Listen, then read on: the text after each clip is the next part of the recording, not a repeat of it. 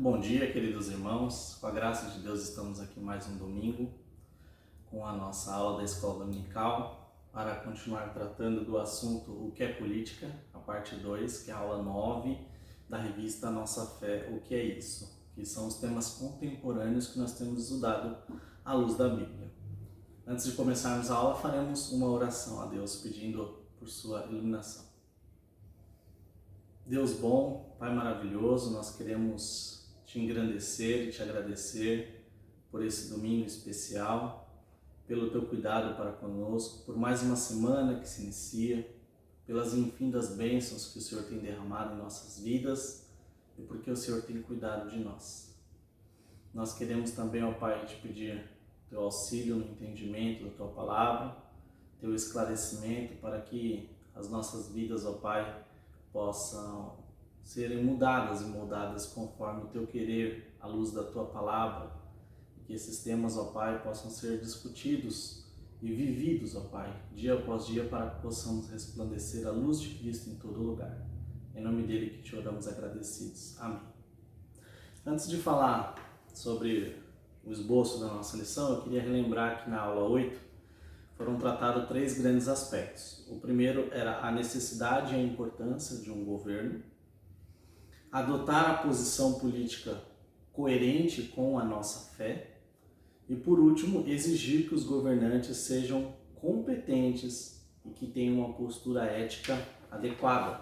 Isso é o que foi tratado na parte 1 dessa lição e hoje nós vamos tratar a parte 2, onde nós pretendemos saber que os governos foram criados e estabelecidos por Deus, avaliar o nosso envolvimento, com a política e estabelecer estratégias para que possamos nos envolver mais nesse sentido. Eu já queria iniciar lendo o texto base que está lá em Romanos, capítulo 13, versos de 1 a 7. Acompanhe comigo a leitura aí na sua Bíblia. Todo homem esteja sujeito às autoridades superiores, porque não há autoridade que não proceda de Deus, e as autoridades que existem foram por eles instituídas. De modo que aquele que se opõe à autoridade resiste à ordenação de Deus, e os que resistem trarão sobre si mesmos condenação, porque os magistrados não são para temor quando se faz o bem, e sim quando se faz o mal. Queres tu não temer a autoridade? Faz o bem e terás louvor dela, visto que a autoridade é ministro de Deus para o teu bem. Entretanto, se fizeres o mal, teme, porque não é sem motivo que ela traz espada, pois é ministro de Deus, vingador para castigar o que pratica o mal. É necessário que lhes estejais sujeitos não somente por causa do temor da punição, mas também por dever de consciência. Por esse motivo, também pagais tributos, porque são ministros de Deus, atendendo constantemente a este serviço. Pagai a todos o que lhe é devido, a quem tributo, tributo, a quem imposto, imposto, a quem respeito, respeito, e a quem honra, honra. Então aqui nós temos uma lição de Paulo falando sobre os governantes, a importância da nossa obediência às autoridades e como os cristãos devem agir. Deixarei aqui na tela com os irmãos o esboço dessa lição, onde nós introduziremos o assunto, falaremos sobre o governo e as nossas obrigações, também sobre o envolvimento político do cristão, concluindo e aplicando à nossa vida. É importante nós lembrarmos, meus irmãos, que todas as coisas estão debaixo do controle do nosso Deus, de que Ele é soberano sobre tudo, de que não há 1 centímetro sequer na terra onde Deus não atue. Então, assim também é na política. Infelizmente, hoje nós temos pessoas, cristãos, inclusive alguns líderes, dizendo que política e religião não devem se misturar, o cristão não deve se envolver com política, que isso não é bom, mas nós não podemos nos esquecer que em tudo Deus governa, inclusive nesta área, e nós temos que, na verdade, aprender o que nas Escrituras nos diz de como nós devemos agir nessa esfera política. Então nós vamos falar sobre o governo e as obrigações. A Bíblia ensina que os governos foram estabelecidos por Deus e designados para a preservação da sociedade. Então o governo nada mais é do que as pessoas que representam a sociedade, que têm a finalidade de preservar a paz, a justiça e a igualdade entre os povos. E foi o próprio Deus que instituiu os governantes. Nós vemos exemplos desde o Antigo Testamento, onde Deus coloca as funções, as tarefas, e toda a sociedade se desenvolveu dessa forma. O texto de Paulo vai além, dizendo que esses governantes são chamados ministros de Deus. Mas Pedro, ministro se for um governante bom, né? Um governante ruim também, por exemplo, Hitler? Sim, meus irmãos. Nós devemos considerar de forma completa essa questão. Leia aqui comigo. Os governantes são também responsáveis perante Deus para andarem de conformidade com os princípios de justiça divino. Quando eles caminham dessa forma, realmente são vingadores contra os que praticam o mal. Então, o governante que foi colocado pela permissão de Deus, ele é responsável por isso, ele deve andar segundo os princípios de Deus. Então nós podemos, claro, dividir os maus e os bons governantes e saber de que os que fazem o bem e fazem de forma correta são considerados praticantes da justiça de Deus para exterminar o mal, para diminuir os problemas de violência. Porém, nós sabemos que existem governantes maus na esfera política. E estes são instrumentos de injustiça, como eu citei Adolf Hitler. Devemos pensar também que esses responderão diante de Deus. Então eles possuem uma responsabilidade de exercer essa justiça de Deus, contudo assim, não o fazendo, eles serão cobrados por isso. Afinal, a sua finalidade é manter a sociedade em andamento, aplicando as sanções necessárias para que a capacidade de destruição do pecador não aniquile a estrutura social na qual nós subsistimos. Então nós sabemos que o pecado é capaz de destruir toda a estrutura social. Contudo, os governantes devem atuar de forma a diminuir a capacidade de destruição do pecado. Por essa razão que nós devemos respeito às nossas autoridades.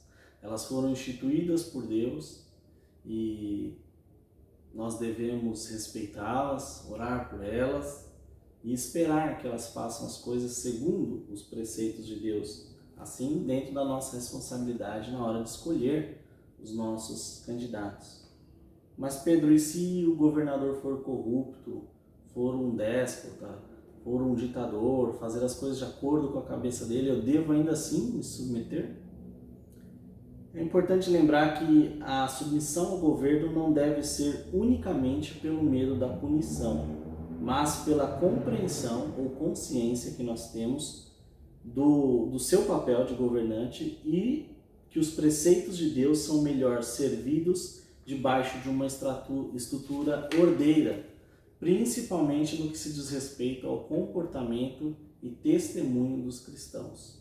Então, mais uma vez aqui reforçamos que devemos submissão, porque o governo foi feito para isso. Ah, mas eu não concordo com os impostos, a gente paga muita coisa e não tem o retorno disso. Esse texto que nós lemos de Coríntios também fala sobre os impostos e os tributos. Nós temos que saber que para que haja essa proteção, a segurança, a paz, a igualdade, a justiça, há necessidade do pagamento de tributo. É necessário levantar recursos para que isso aconteça. Então Paulo reforça que o tributo é devido em função da autoridade exercida e delegada por Deus, independentemente dos governadores serem dignos de receber ou não esses tributos. Claro que devemos lutar contra a corrupção, contra desvios de verbas, mas a verdade é que os impostos, os tributos, são ali autorizados por Deus para que esses governantes possam exercer a sua autoridade. Ainda nesse texto de Romano, a revista sugere para nós 4 ensinamentos. A primeira parte vai falar que a fonte de todo o poder é Deus. É Ele quem governa sobre a terra e quem concede a capacidade de exercer autoridade aos homens. A segunda lição que o texto de Paulo diz é que nós devemos identificar esses governantes como sendo servos de Deus. Eles foram eleitos para cumprir esse papel na vida das pessoas, ministrando justiça. A terceira lição é que nós devemos demarcar a esfera de autoridade desse governo. Ele serve para manter a lei e a ordem, dando tranquilidade aos cidadãos de bem. E por último, legitimar a propriedade do pagamento de impostos. Devemos fazer isso para que haja a manutenção dos serviços prestados pelos órgãos públicos. Um outro tema, na verdade um outro momento em que Paulo trata desse tema, é na carta a Timóteo. Abre a Bíblia em 1 Timóteo, capítulo 2, eu lerei os 3 primeiros versos.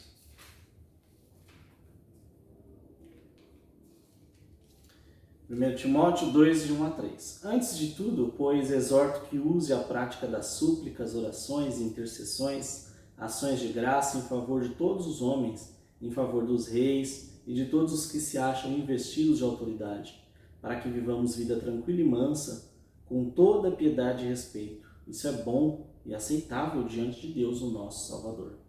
Então aqui mais 3 implicações. A primeira é que nós devemos suplicar e orar por todos os homens, e em especial pelos nossos governantes. A segunda é que o propósito imediato, a razão disso é para o nosso próprio bem. Eles foram colocados lá para isso. E o terceiro é o propósito final. Nós devemos fazer isso porque é agradável a Deus.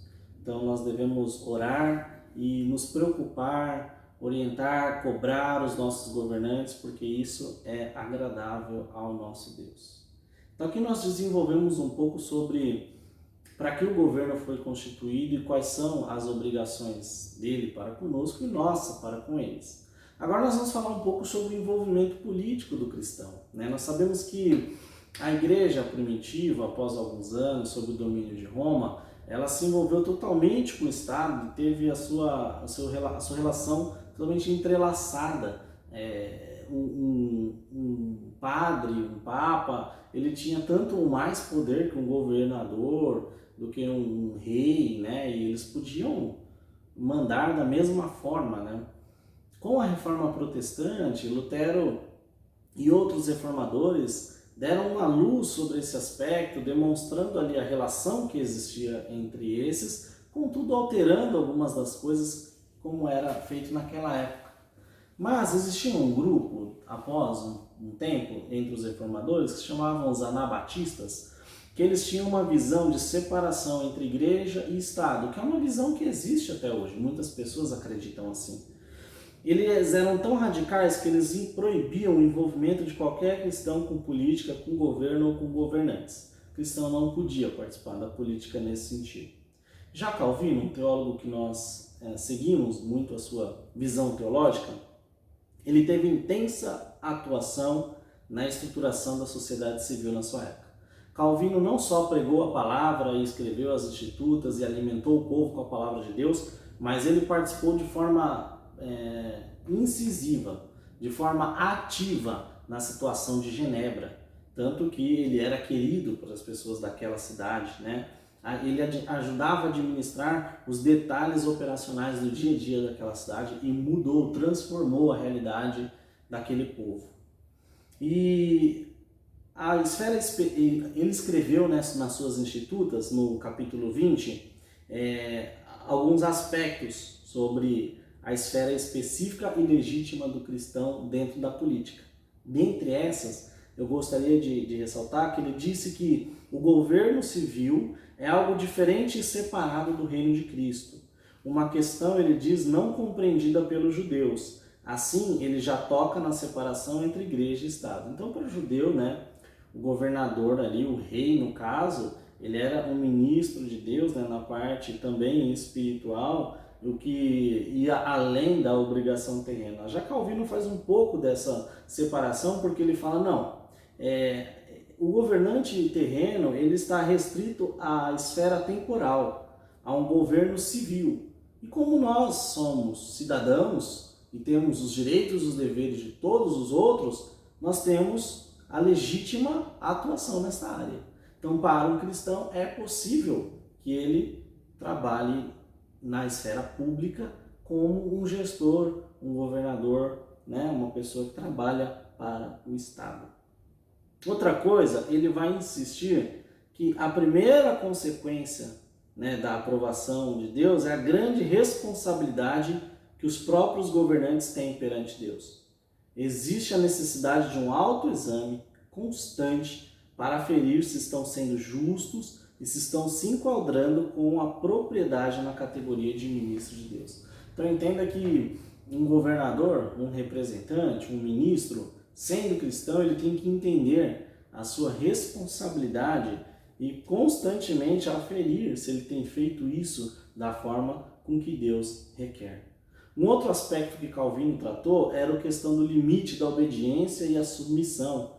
Mas espera aí, a gente tem que obedecer mesmo que um político fale uma coisa contra a palavra de Deus? Se os políticos colocarem que temos que aceitar o aborto, nós temos que aceitar? Não. Os governantes não podem comandar as ações que contradigam a palavra de Deus. Resistência a esses comandos não são classificados como insubmissão, mas como demonstração de lealdade a Deus. Primeiro nós obedecemos a Deus e às autoridades que Ele instituiu, desde que as autoridades façam as coisas conforme os seus preceitos. Nós temos diversos exemplos na Bíblia, um deles que eu gostaria que você abrisse aí é Daniel, né? Daniel foi um dos insubmissos diante do rei. Veja aí o relato em Daniel capítulo 6, verso 22.